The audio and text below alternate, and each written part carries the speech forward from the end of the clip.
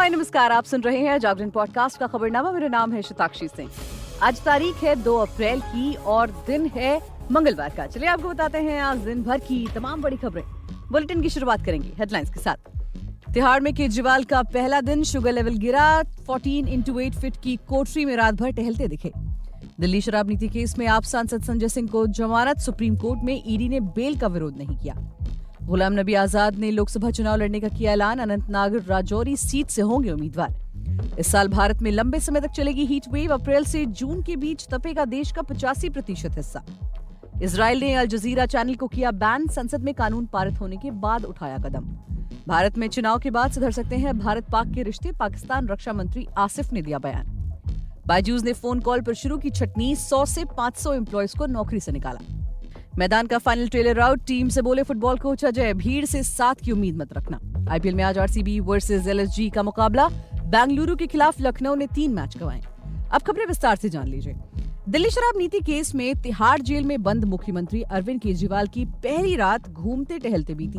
News agency PTI ने jail अधिकारी के हवाले से जानकारी दी कि केजरीवाल 14x8 फीट की कोठरी में रात भर घूमते रहे। वो सिर्फ कुछ देर के लिए ही सीमेंट की फर्श पर सोए। तिहाड़ जेल के एक अधिकारी ने न्यूज एजेंसी को बताया कि मंगलवार सुबह केजरीवाल का शुगर लेवल कम था, वो डॉक्टरों की निगरानी में है। उन्हें सोमवार शाम 4 बजे तिहाड़ जेल लाया गया था। बैरक में भेजने से पहले मेडिकल में भी उनका शुगर लेवल 50 दर्ज हुआ था।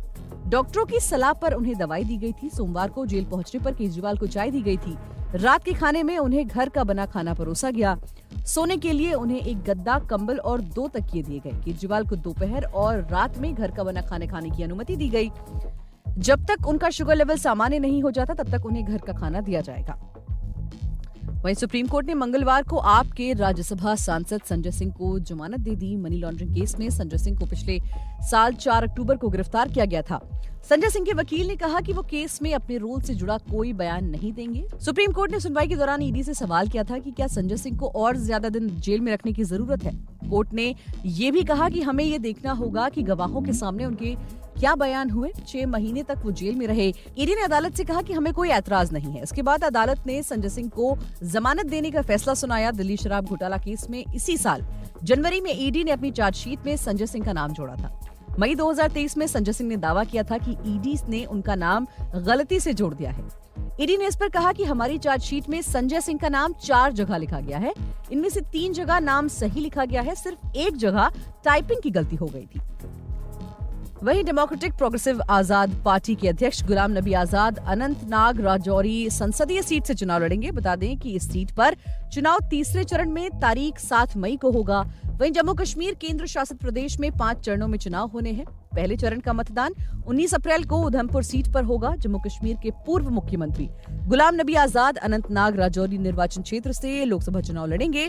आजाद ने साल 2022 में कांग्रेस छोड़ दिया था। पार्टी के साथ अपने 5 दशक लंबे जुड़ाव को खत्म करने के बाद उन्होंने अपना खुद का राजनीतिक संगठन डेमोक्रेटिक प्रोग्रेसिव आजाद पार्टी बनाया। डीपीएपी नेता ताज मोइनुद्दीन ने मीडिया कर्मियों से कहा कि आज डीपीएपी की कोर कमेटी की बैठक हुई और हमने फैसला किया है कि गुलाम नबी आजाद अनंतनाग राजौरी सीट से चुनाव लड़ेंगे। साल 2014 में उधमपुर निर्वाचन क्षेत्र से भाजपा नेता जितेंद्र सिंह से हारने के बाद आजाद के लिए ये पहला लोकसभा चुनाव होगा। वहीं आने वाले दिनों में आपको भीषण गर्मी का सामना करना पड़ सकता है। मौसम विभाग के मुताबिक 2024 के गर्मियों के मौसम के दौरान देश के अधिकांश हिस्सों में अधिकतम तापमान सामान्य से अधिक रहने की संभावना है। वहीं न्यूनतम तापमान भी सामान्य से ज्यादा रहेगा। अप्रैल महीने में दक्षिण प्रायद्वीप के अधिकांश हिस्सों, मध्य भारत, पूर्वी भारत और उत्तर पश्चिम भारत के मैदानी इलाकों में हीट वेव चलने की संभावना जताई गई है। हाल ही में साइंस एडवांस जर्नल में छपे एक शोध के मुताबिक जलवायु परिवर्तन के कारण दुनिया भर में हीट वेव के दिनों में बढ़ोतरी दर्ज की गई है। ऐसे में आने वाले दिनों में लोगों को ज्यादा दिनों तक भीषण गर्मी का सामना करना पड़ सकता है। रिपोर्ट के मुताबिक 1979 से 1983 तक पूरी दुनिया में हीट वेव की लहरें औसतन 8 दिनों तक चलती थी, लेकिन 2016 से 2020 तक ये 12 दिनों तक बढ़ गई है। भारतीय मौसम विभाग ने सोमवार को पूर्वानुमान जताया है कि अप्रैल से जून तक देश का 85% हिस्सा हीट वेव के कई दौर देखेगा। इससे तापमान सामान्य से 5 डिग्री या इससे भी ज्यादा रह सकता है। 2023 में ये आंकड़ा 60% तक था। अगले हफ्ते से ही तापमान 2 से 5 डिग्री तक बढ़ सकता है। बात करें विदेशी खबरों की तो इजराइल के प्रधानमंत्री बेंजामिन नेतन्याहू ने अल जजीरा न्यूज चैनल को बंद करने का फैसला किया है। समाचार एजेंसी एनआई के मुताबिक सोमवार को एक कानून के पारित होने के बाद अल जजीरा नेटवर्क को बंद करने का निर्णय लिया गया है। सीएनएन की रिपोर्ट के अनुसार ये कानून सरकार को राष्ट्रीय सुरक्षा के लिए खतरा माने जाने वाले विदेशी न्यूज चैनल पर प्रतिबंध लगाने का अधिकार देता है। कानून पारित होने के बाद सोशल मीडिया प्लेटफॉर्म एक्स पर एक पोस्ट में नेतन्याहू ने अपनी मंशा जाहिर की और कहा कि देश में कतर स्थित न्यूज चैनल की गतिविधि को रोकने के लिए नए कानून के अनुसार तुरंत कार्रवाई करें। हालांकि अल जजीरा ने नेतन्याहू के बयान की निंदा की और कहा कि वो अपनी साहसिक कवरेज को जारी रखेंगे। नया कानून प्रधानमंत्री और संचार मंत्री को इजराइल में चल रहे विदेशी नेटवर्कों को अस्थायी रूप से बंद करने के आदेश देने का अधिकार देता है।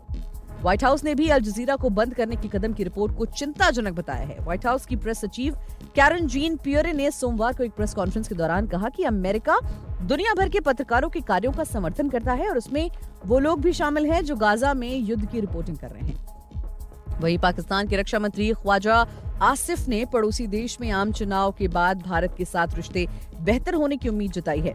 आसिफ की ये टिप्पणी सिंगापुर में विदेश मंत्री एस जयशंकर के उस बयान के कुछ दिनों बाद आई है जिसमें उन्होंने कहा था कि पाकिस्तान लगभग इंडस्ट्री लेवल पर आतंकवाद को बढ़ावा दे रहा है और भारत का मूड अब आतंकवादियों को नजरअंदाज करने का नहीं है और अब वो इस समस्या को नजरअंदाज नहीं करेगा।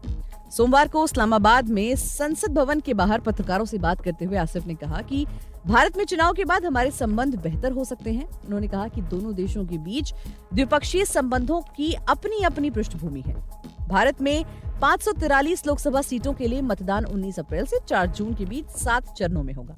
इस्लामाबाद और नई दिल्ली के बीच तनावपूर्ण संबंधों का एक लंबा इतिहास रहा है, जिसका मुख्य कारण कश्मीर मुद्दा और साथ ही पाकिस्तान से उत्पन्न होने वाला सीमा पार आतंकवाद है। बढ़ते अगली खबर की तरफ। नकदी संकट से जूझ रही एडटेक कंपनी बायजूस ने अब फोन कॉल पर एम्प्लॉइज की छटनी करनी शुरू कर दी है। मनी कंट्रोल की एक रिपोर्ट की माने तो बायजूस की फाइनेंशियल कंडीशन इतनी खराब है कि ना तो कंपनी किसी एम्प्लॉइज के काम का रिव्यू कर रही है और ना ही उन्हें नोटिस पीरियड सर्व करने का मौका दे रही है। कंपनी सिर्फ फोन कॉल पर ही एम्प्लॉइज को नौकरी से निकाल रही है। बायजूस में काम करने वाले एक एम्प्लॉय राहुल ने मनी कंट्रोल को बताया कि उनकी फैमिली में एक मेंबर की तबीयत ठीक नहीं होने के कारण उन्हें देखभाल करने के लिए शहर से दूर जाना पड़ा था। इस वजह से उन्होंने मार्च महीने के बीच में अपने ऑफिस से छुट्टी ली थी। 31 मार्च को अचानक राहुल के पास बायजूस के एचआर का फोन आ गया। एचआर ने राहुल को फोन पर बताया कि कंपनी ने उन्हें नौकरी से निकाल दिया है। एचआर ने ये भी बताया कि उनके एग्जिट का प्रोसेस शुरू कर दिया गया है और आज ही उनका कंपनी में आखिरी दिन है। बात कर लेते हैं मनोरंजन जगत की। Ajay Devgn starrer sports drama biopic Maidaan का फाइनल ट्रेलर रिलीज हो चुका है। 2 मिनट के इस ट्रेलर में अजय देश भर में घूम घूम कर फुटबॉल खिलाड़ी इकट्ठे करते हुए नजर आ रहे हैं। फिल्म में अजय रहीम के रोल में नजर आएंगे। प्रियामणि ने उनकी वाइफ का रोल प्ले किया है। दोनों के अलावा गजराज राव, स्लोचिता और रुद्रनील घोष भी फिल्म में अहम रोल में दिखाई देंगे। मैदान की कहानी 1950 से लेकर 1963 तक इंडियन नेशनल फुटबॉल टीम के कोच और मैनेजर रहे सैयद अब्दुल रहीम की लाइफ पर बेस्ड है। फिल्म के फाइनल ट्रेलर में दिखाया गया है कि कैसे रहीम ने अपनी पूरी लाइफ देश को फुटबॉल के जरिए पहचान दिलाने में लगा दी। ट्रेलर के अंत में अजय अपनी टीम से बोलते हैं कि आज मैदान में मौजूद भीड़ से 7 की उम्मीद मत रखना और काल बनकर खेलना। इसका ट्रेलर वाकई दिलचस्प है। अगर आपने नहीं देखा है तो आप जी स्टूडियोज के यूट्यूब चैनल पर इसे देख सकते हैं। बात कर लेते हैं खेल जगत की। इंडियन प्रीमियर लीग के 17वें सीजन में आज रॉयल चैलेंजर्स बेंगलुरु का सामना लखनऊ सुपर जायंट से होगा। लीग का 15वां मैच बेंगलुरु के एम चिन्नास्वामी स्टेडियम में शाम 7:30 बजे से शुरू हो चुका है। टॉस शाम 7 बजे हुआ। आरसीबी का इस सीजन का ये चौथा मैच होगा। टीम को 2 में हार और महज 1 में जीत मिली। दूसरी तरफ एलएसजी का ये सीजन में तीसरा मैच रहेगा। टीम को 1 में जीत और 1 में ही हार मिली है।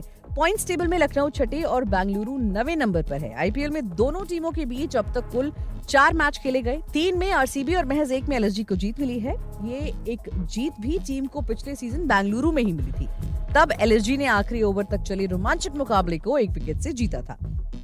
तो आज के लिए फिलहाल इतना ही। देश और दुनिया की तमाम खबरों को जानने के लिए जुड़े रहिए हमारे साथ और सुनते रहिए जागरण पॉडकास्ट का खबरनामा।